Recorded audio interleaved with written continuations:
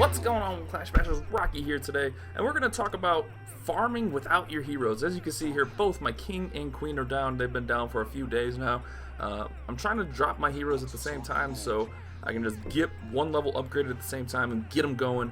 And that way I don't have to sit out, multiple wars waiting on each hero. But a lot of people tend to do this, and it's a very good strategy. So we're going to talk about how to farm and get some loot.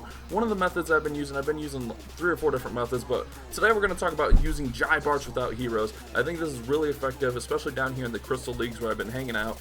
So let's go ahead and get into some of these replays and show you guys what I'm talking about. Right, so the first replay here is going to be GiBarch, but I have a few miscellaneous troops that I had left over from giving people donations and stuff. I got a couple of Valks in there, and I threw a couple goblins. I like to throw a couple of goblins in there every once in a while. So this base, if we look here before I even attack some of these pumps and mines, has very full pumps and mines, like super full.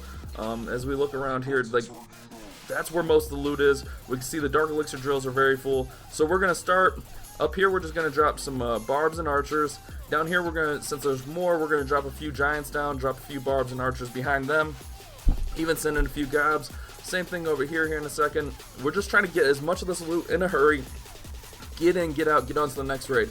This strategy is going to be very effective if you're not worried about your cups. If you're not worried about losing cups, just look for these full pumps and mines and whatnot, and go in, get them. As you see there, we got that all in 30 seconds. What I'm going to do is I'm going to make a push for the Dark Elixir, because if we're here, we might as well get some Dark Elixir. I bring a few wall breakers just to help get into the base a little bit if I need to. Maybe, there's storages right near the outside or something like that. I had those few Valks, so I'm going to drop them in, but normally those would be more giant spots.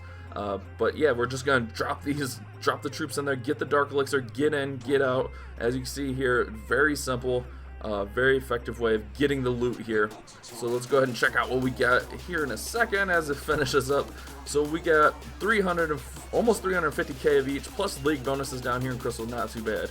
So let's go ahead and get into the next replay. Alright, here we go. Same thing, a bunch of full mines and collectors, so we're going to go ahead and start working the outside of this base, work around here. We only have GiBarch troops with a few goblins. Like I said, those goblins are kind of nice.